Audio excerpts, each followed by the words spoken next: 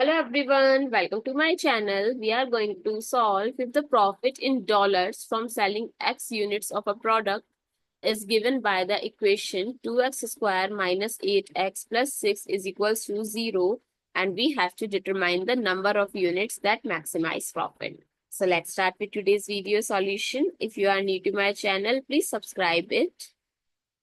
So we have given quadratic equation 2x square minus 8x plus 6 is equals to 0.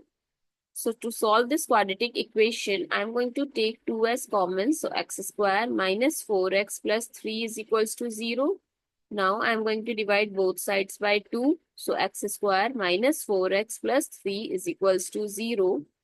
Now, if we do factorization, so we can write this negative 4x as negative 3x negative x plus 3 is equals to 0. Now, from first two term, if I'll take x as common, x minus 3, and if I'll take negative 1 as common, x minus 3 is equals to 0. Now, x minus 3 as common, so x minus 1 is equals to 0. So, first case, x minus 3 is equals to 0, so x is 3.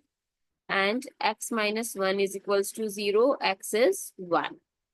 So these are the number of units that give maximize profit. I hope it's clear and you find it useful. So don't forget to share your feedback through like, share, comment, and subscribe to my channel. And if you have any doubt related to any math question, you can comment down. Thank you so much for watching this video.